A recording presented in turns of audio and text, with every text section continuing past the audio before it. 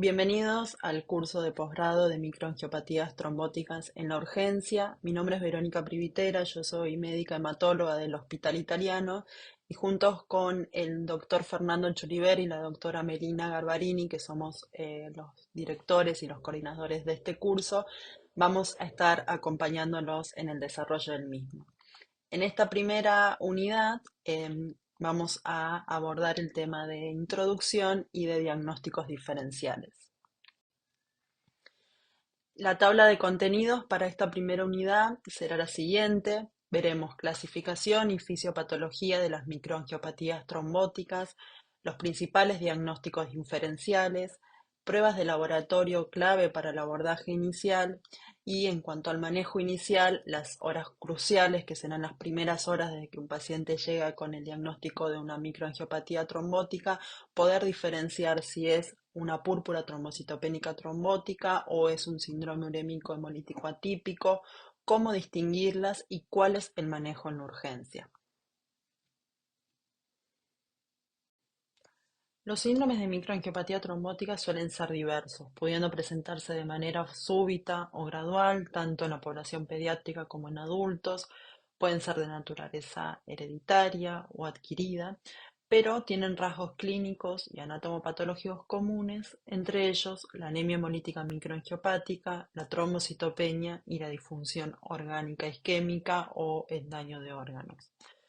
Podemos clasificarlos en síndromes de microangiopatía trombótica primaria y secundaria. Los primarios son aquellos que se van a desencadenar en pacientes sin una causa o una enfermedad precipitante evidente, y dentro de los primarios tenemos la púrpura trombocitopénica trombótica, que de estas en los adultos la mayoría son de causa inmune, y el síndrome urémico hemolítico atípico, que hoy en la actualidad hay pequeños cambios en la nomenclatura y ya no se lo nombra como síndrome urémico hemolítico atípico, sino como síndrome urémico mediado por complemento o microangiopatía mediada por complemento.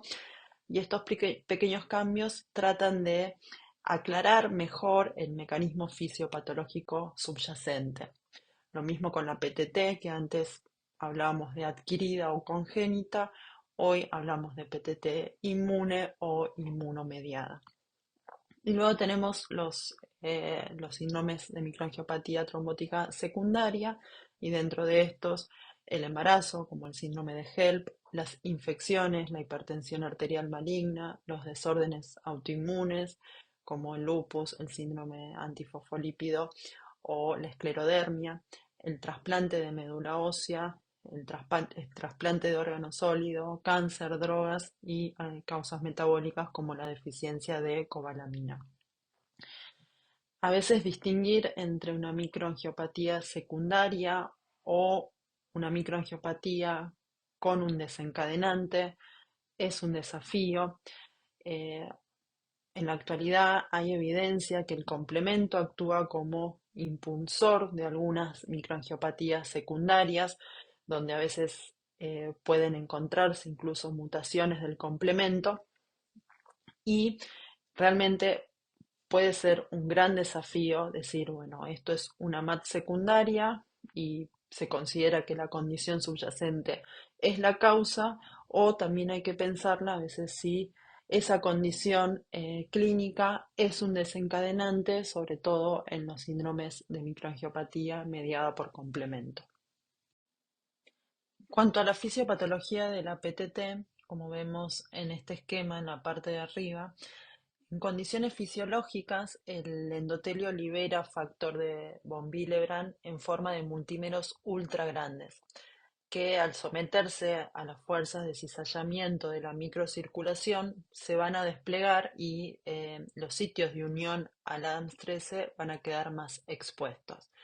El ADAMS13 es una metaloproteasa que tiene como función cortar estos multímeros ultra grandes en formas de menor tamaño y con menor capacidad de interacción con las plaquetas. En la PTT falta esta actividad enzimática, ya sea en la inmune por autoanticuerpos que actúan inhibiendo la función en la NAD13 o aumentando la depuración, o por mutaciones bialélicas del gen de la NAD13 en la forma congénita. Entonces, como consecuencia, van a persistir estos multímeros ultra grandes en la sangre y en la superficie endotelial que tienen una marcada capacidad de interactuar con las plaquetas, induciendo la activación y la agregación plaquetaria, lo que va a llevar a la formación de trombosis en las arteriolas y en los capilares. Entonces, la formación difusa de trombos en los capilares va a ser la responsable de la trombocitopenia por consumo. A su vez, la luz del capilar va a estar más estrecha, por lo cual cuando los eritrocitos atraviesan esa luz más estrecha se van a fragmentar, a romper y van a generar la anemia hemolítica microangiopática. Mientras que la isquemia tisular explica la disfunción orgánica que se ve en estos pacientes. La deficiencia de ADAMS13 es necesaria para que se produzca la PTT, pero no siempre es suficiente solo la deficiencia de ADAMS13 y va a requerir factores desencadenantes que aumenten la disponibilidad de factor de von Willebrand o una inflamación sistémica con daño endotelial, por ejemplo, infecciones o procesos inflamatorios, cirugía, fármacos, enfermedades autoinmunes, etcétera, y algunas características propias del huésped, por ejemplo, se consideran factores de riesgo para PTT, eh, del sexo femenino, la obesidad, la raza negra y algunos haplotipos que están asociados, haplotipos del HLA que están asociados a mayor riesgo de una PTT adquirida. Esto, entonces, como vimos, en déficit de ADAM13 va a provocar trombosis en la microcirculación. Los trombos en la PTT se llaman trombos hialinos y están en lo característico de estos trombos que son ricos en plaquetas y en factor de von Willebrand. Esto va a llevar a la anemia hemolítica microangiopática y a la trombocitopenia, que como datos vamos a tener la presencia de esquistocitos en el frotis de sangre periférica, aumento del LDH, trombocitopenia, anemia, aumento de la bilirrubina indirecta y una prueba de CUMS negativa. Distal a la trombosis de la microvasculatura se va a provocar isquemia y esto va a llevar al fallo multiorgánico y en la MAT Florida vemos que pueden haber muchos órganos comprometidos como alteraciones neurológicas, isquemia cardíaca, insuficiencia renal aguda y muchas veces va a terminar con el fallecimiento de los pacientes. Pasemos ahora a la fisiopatología del síndrome urémico hemolítico mediado por complemento, donde el defecto principal es una desregulación del sistema del complemento. Recordemos que la vía del complemento se activa por tres vías diferentes: la vía clásica, la vía de la lectina y la vía alternativa. La vía alternativa, a diferencia de las otras dos vías, es constitutivamente activa como resultado de la hidrólisis espontánea del C3AC3B. En esta vía, el C3B, al ponerse en contacto con una superficie extraña, se activa y se combina con el factor B para crear la convertasa C3. La convertasa C3 va a romper el C3 en C3B y el C3A. El C3B se deposita sobre la superficie celular y es el encargado de la opsonización, y el C3A es una anafilotoxina que va a participar en la inflamación. El depósito de C3B puede amplificarse rápidamente mediante un circuito de retroalimentación positiva. El C3B además también puede desencadenar la activación de C5 al formar la C5 convertasa, que cinde el C5 en C5A, que actúa también como una anafilotoxina y junto con el C3A en la inflamación, y en el ensamblaje del complejo de ataque a la membrana, el C5B9. La vía alternativa Cuenta con reguladores intrínsecos que van a suprimir el depósito descontrolado de C3b y evitan la destrucción del complemento de células sanas. Dentro de estos factores reguladores está el factor H, el factor I, que van a regular la formación de C3 convertasa. La tromomodulina contribuye a degradar el C3A y el C5A.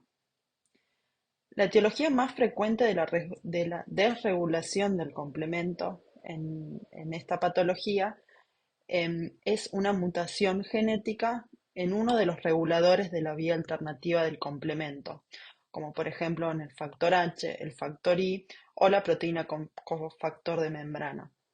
Entonces se van a tratar de mutaciones con pérdida de la función que van a ocasionar un defecto ya sea cuantitativo o cualitativo y con menor frecuencia pueden existir mutaciones que lleven a una ganancia de la función de un activador del complemento como el C3 y el factor B.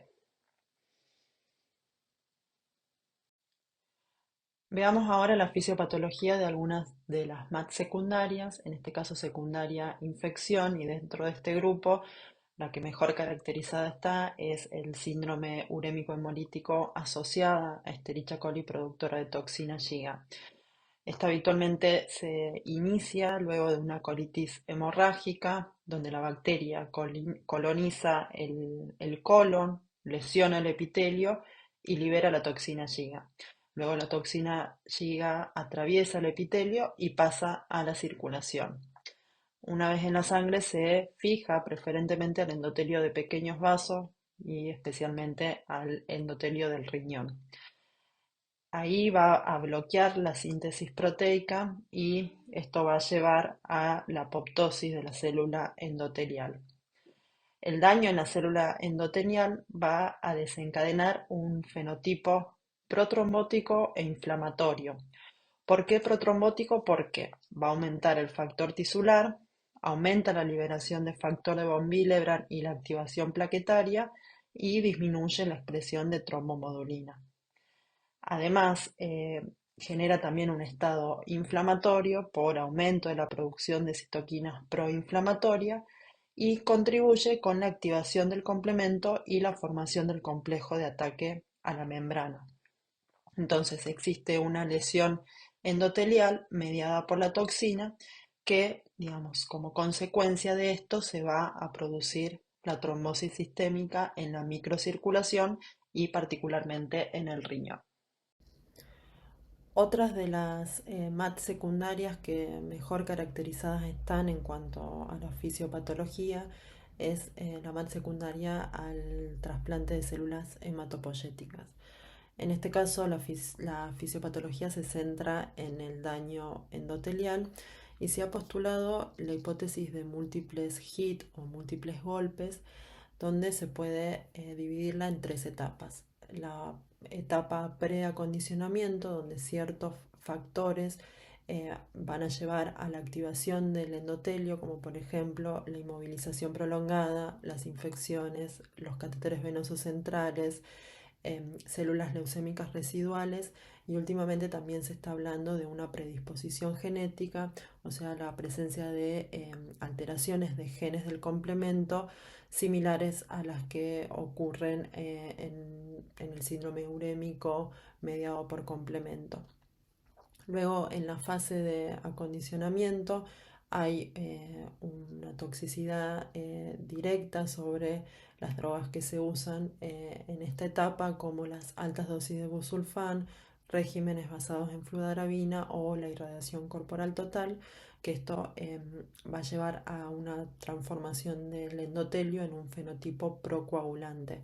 Y sobre este terreno actúa el tercer HIT, en este caso en la fase aplástica, donde las drogas que se usan como inmunosupresores, especialmente los inhibidores de la calcineurina y del mTOR, las infecciones, los donantes no relacionados o la enfermedad injerto contra huésped, van a terminar dañando el endotelio y activando el complemento, tanto por la vía clásica, pero particularmente por la vía alternativa. Todo esto va a llevar a la disfunción endotelial con la formación de trombosis de la microvasculatura, que en parte es un fenotipo muy similar a lo que ocurre en el síndrome urémico hemolítico mediado por el complemento. Bueno, ya que ahora entendemos la fisiopatología, pasemos a la parte del diagnóstico. Lo primero que se debe hacer es confirmar la plaquetopenia y evaluar la presencia de esquistocitos.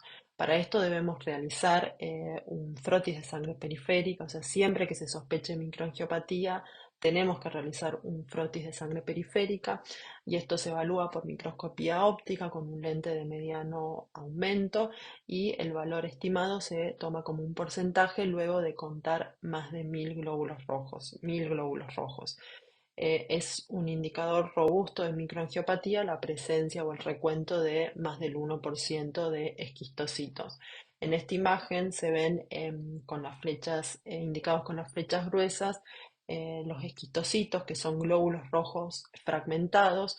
Recuerden que cuando el glóbulo rojo pasa por el capilar que tiene la luz estrechada por la microtrombosis, por la trombosis, se rompen. También se observa en este gráfico, en la esquina del lado izquierdo, la presencia de reticulocitos, que son glóbulos rojos con un tinte azulado o grisáceo más grande, y esto se debe a la presencia de ARN residual que se puede encontrar en un frotis de sangre periférica también. Si no se encuentran esquistocitos en una etapa temprana y la sospecha es firme, debe repetirse el frotis de sangre periférica y el recuento de esquistocitos diariamente. Las pruebas de laboratorio que debemos realizar inicialmente, primero para establecer el diagnóstico de una microangiopatía trombótica, es un hemograma con recuento de plaquetas, con frotis de sangre periférica. Hay que solicitar parámetros de hemólisis intravascular, entre estos los reticulocitos y la LDH van a estar elevadas, la aptoglobina va a estar disminuida o indosable y va a haber un aumento de la bilirrubina indirecta. Un estudio inmunohematológico que en este tipo de anemias hemolíticas suele ser negativo. Estudios de coagulación, esto es para descartar coagulopatías secundarias CID, o sea, descartar MAT secundarias, entonces un TP, una PTT y un dosaje de fibrinógeno. Hepatograma, función renal y troponina T es para establecer o evaluar el daño de órgano.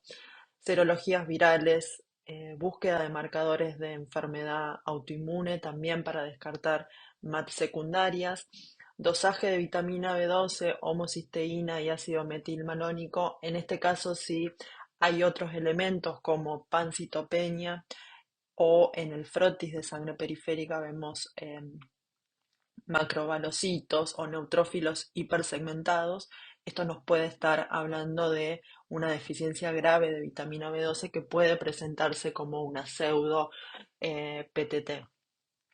El test de embarazo, por supuesto, en toda mujer en edad fértil, sedimento de orina para evaluar la hemoglobinuria o la presencia de proteinuria, que también habla de daño de órgano, y finalmente la actividad AMS-13 que nos va a descartar que esto sea una PTT.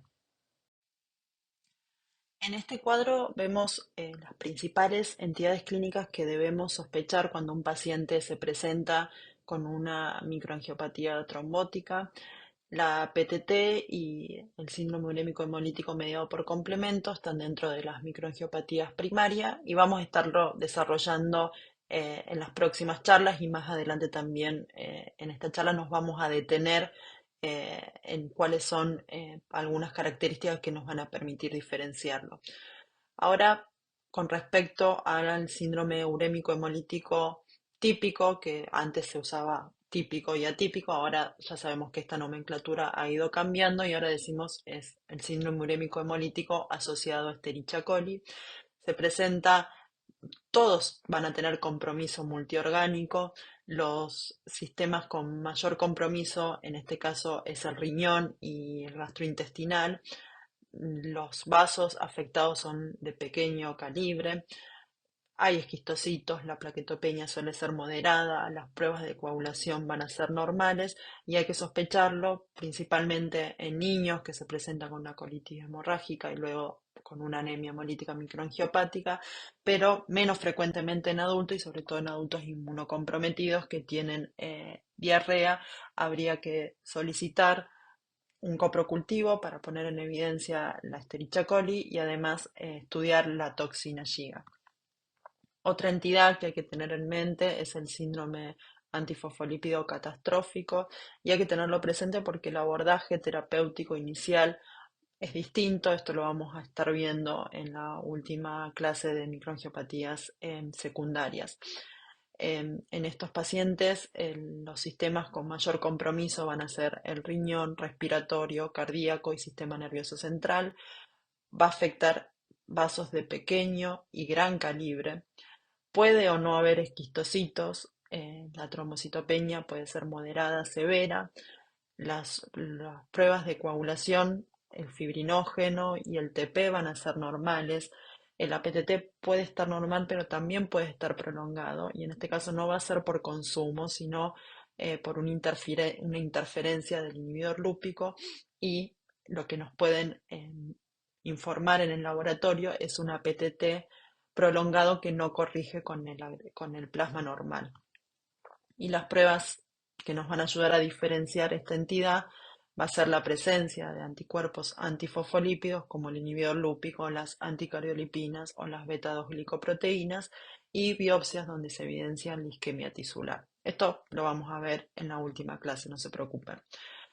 Otra entidad que tenemos que tener en mente es la trombocitopenia inducida por heparina. Acá vamos a tener el antecedente de la exposición heparina, por lo general 4 a 10 días eh, previos a que se manifieste la trombocitopenia, pero también existen HIT inmunes, que no hay un antecedente de exposición heparina. Estos son mucho más raros, pero también tenerlo presente: cirugías ortopédicas, virus, adenovirus, citomegalovirus o vacunas, como tuvimos con las vacunas de COVID, el BIT, que fue tan famoso, tan popular en ese momento. Acá vamos a tener afectación de pequeños y grandes vasos. Las principales localizaciones de trombosis van a ser trombosis venosa profunda en miembros inferiores y tromboembolismo pulmonar. Las trombosis venosas son más frecuentes que las trombosis arteriales, pero también puede haber manifestaciones de trombosis arterial, de trombosis arterial periférica, ACV o infarto agudo de miocardio. La presencia de esquistocitos puede no estar presente. La plaquetopenia es moderada. Raramente un paciente con HIT va a tener valores de menos de 20.000 plaquetas. El fibrinógeno y el APTT y las pruebas de coagulación son normal, a menos que el paciente en ese momento esté recibiendo heparina, sobre todo heparina no fraccionada, donde ahí sí vamos a tener un APTT prolongado. Y las pruebas de laboratorio que nos van a ayudar a confirmar este diagnóstico son los anticuerpos anti-PF4, que eso deberían ser confirmados con pruebas funcionales, pero que no tenemos disponible en la Argentina. Y por último, la coagulación intravascular diseminada. Acá el antecedente de sepsis, de cirugías, sobre todo mayores, de trauma, de cáncer o de complicaciones obstétricas. Los órganos más afectados van a ser el riñón, el pulmón y el cutáneo. Esto puede afectar pequeños y grandes vasos. Lo mismo que con las últimas dos entidades, la presencia de esquistocitos puede o no estar presente. La trombocitopenia es moderada, severa, y aquí sí las pruebas de coagulación van a estar alteradas. Va a haber un fibrinógeno disminuido, un TP y un APTT prolongado, y cuando uno quiere diferenciar esta CID, va a ver que todos los factores de la coagulación van a estar disminuidos. Centrémonos ahora en diferenciar entre una PTT inmune y un síndrome urémico hemolítico mediado por complemento. porque las primeras horas son cruciales y la decisión más sensible al tiempo es determinar si corresponde iniciar de inmediato el recambio plasmático. Una PTT inmune sin un inicio oportuno de tratamiento, o sea, sin el recambio plasmático, puede evolucionar rápidamente de forma fatal. Otra cosa a tener en cuenta que los retrasos en la iniciación de una inhibición de un inhibidor del complemento, en este caso eculizumab, si se trata de un síndrome urémico hemolítico mediado por complemento, va a aumentar el riesgo de insuficiencia renal permanente. Esto se ha visto que en un estudio retrospectivo, donde los pacientes que inician tempranamente, esto se definió inicio temprano de un inhibidor de complemento dentro de los 7 días de la admisión hospitalaria, los pacientes que inician tempranamente tratamiento con el eculizumab tienen menor riesgo de necesitar diálisis, tienen hospitalizaciones más cortas y también han visto un impacto económico por el menor uso de recambio plasmático y menores costos de hospitalización. Las manifestaciones clínicas de estas dos entidades suelen ser muy similar, pero bueno, hay ciertas características que pueden ayudarnos a distinguirlas. Por ejemplo, la incidencia entre adultos y en la infancia. En la PTT inmune es más común en adultos, en cambio la PTT congénita es más común en niños y el SUA es similar la prevalencia entre adultos y niños.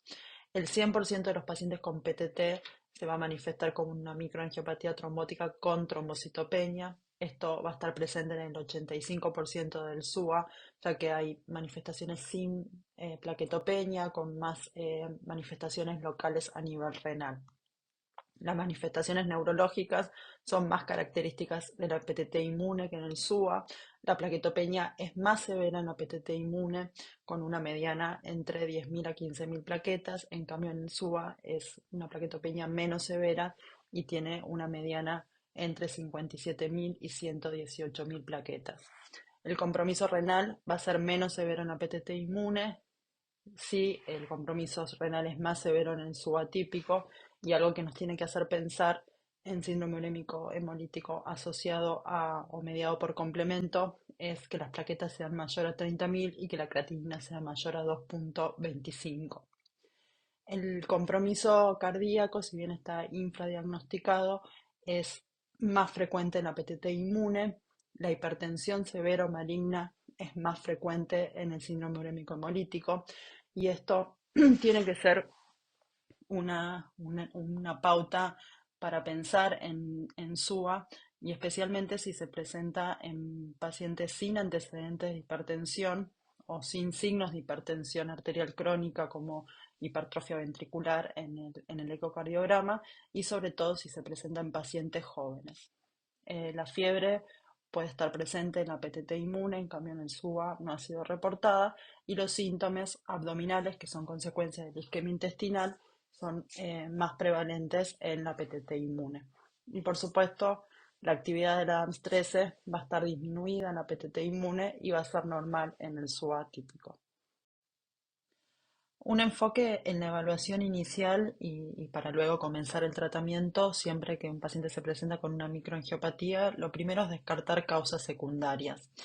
Eh, la paciente está embarazada, esto es un síndrome de HELP, antecedentes de trasplante o drogas o infecciones o es una hipertensión arterial maligna y las causas y las MAT secundarias, en principio deberíamos tratar la causa. Em, Luego, el tratamiento va a estar guiado por la disponibilidad de realizar, de procesar de forma rápida la actividad de AMS13.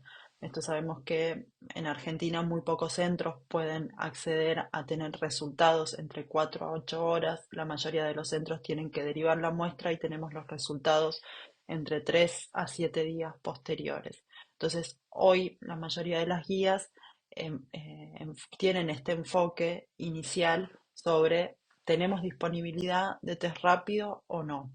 Si hay disponibilidad de test rápido, entonces hay que usar los resultados para guiar la terapia. En cambio, si no tenemos disponibilidad, hay que usar los scores de probabilidad pretest.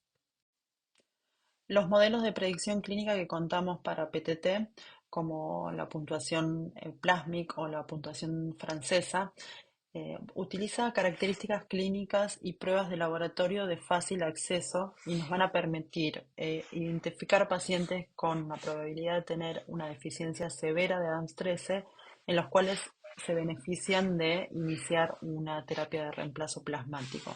Por ejemplo, el score de Plasmic tiene 7 componentes, entre esos la plaquetopenia menos de 30.000, parámetros de hemólisis, que el paciente no tenga un cáncer activo, no haya una historia de un trasplante de órgano sólido o de médula ósea, que el BCM, o sea, el volumen corpuscular medio, sea menos de 90, el RIN menos de 1,5 y la creatinina menos de 2.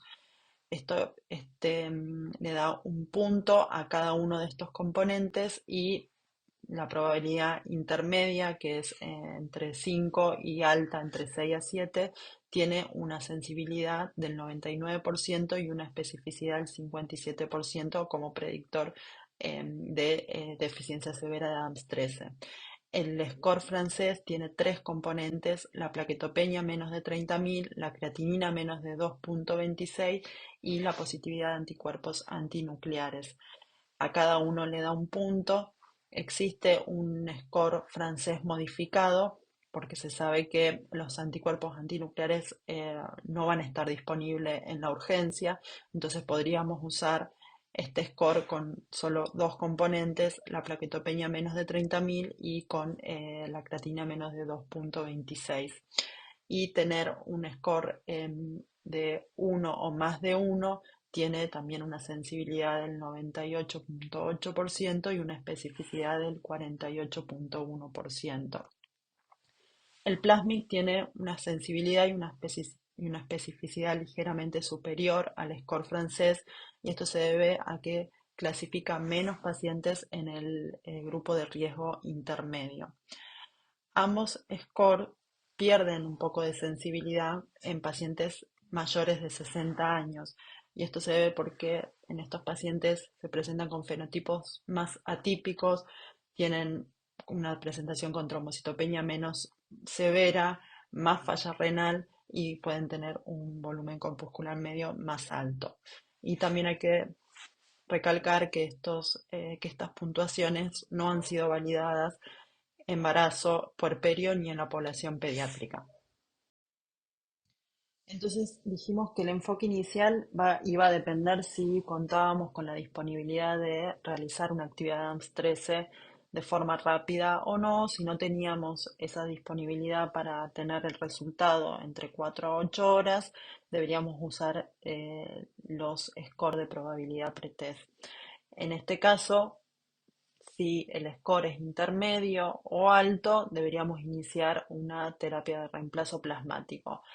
Siempre antes de empezar una terapia de reemplazo plasmático, tengo que guardar una muestra para derivar luego para realizar la actividad AMS 13. No me voy a detener en los ensayos de actividad AMS 13 ni en la detección de anticuerpos, porque esto lo verán en la próxima clase, pero sí recalcar esto. Entonces, tengo que tomar una muestra antes de iniciar la plasmaféresis, y esta muestra tiene que ser de sangre entera en citrato, luego se centrifuga de forma, o sea, doble centrifugación, y se separa el plasma citratado. Si no se puede enviar en el momento y se quiere, digamos, conservar por más tiempo, se puede conservar de forma refrigerada en -40 o -70 grados, y nunca tomar muestra en ETA, ya que el ETA es un inhibidor de la ANS13. Retomando entonces este esquema para el enfoque inicial y tratamiento, si no contamos con disponibilidad de test rápidos, calculamos los scores de predicción clínica. Si tenemos un Plasmic de 5 a 7 o un francés de 1 más, o sea que es un riesgo intermedio alto, se debe iniciar el recambio plasmático y corticoides. En cambio, si el riesgo es bajo, o sea, un Plasmic de 0,4 y un francés de 0, pero tenemos una rápida progresión de la falla renal y una hipertensión arterial severa, entonces la sospecha de que sea un síndrome urémico mediado por complemento es alta, tenemos que considerar el inicio temprano de terapia anti-C5 o inhibidores del complemento, como eculizumab o ravulizumab. Bueno, para ir terminando con esta primera charla, quería dos palabras decirle sobre cuál es el rol del recambio plasmático en el tratamiento de las microangiopatías más allá de la PTT inmune. El recambio plasmático es un procedimiento terapéutico en cual la sangre del paciente pasa a través de un dispositivo médico que va a separar el plasma de los demás componentes. El plasma es eliminado y se reemplaza por una solución sustitutiva. En el caso de las microangiopatías en la PTT, esa solución es mayoritariamente plasma, pero puede ser plasma y albúmina. Entonces, en este contexto se considera que el recambio plasmático va a eliminar los anticuerpos patológicos y además va a reponer las proteínas ausentes o defectuosas por proteínas normales que están presentes en el plasma de ese donante.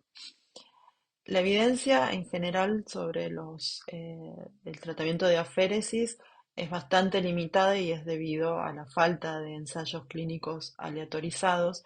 Es por eso que la Sociedad Americana de Aféresis define categorías de indicación de esta terapéutica para cada trastorno y define cuatro categorías. Categoría uno la define como un tratamiento principal, ya sea de forma independiente o en combinación con otras terapias. Categoría 2, tratamiento secundario, ya sea de forma independiente o en combinación con otra terapia. Categoría 3, el rol de la féresis es incierto y la toma de decisiones debe individualizarse. Y la categoría 4 es la evidencia demuestra que la féresis es ineficaz o perjudicial.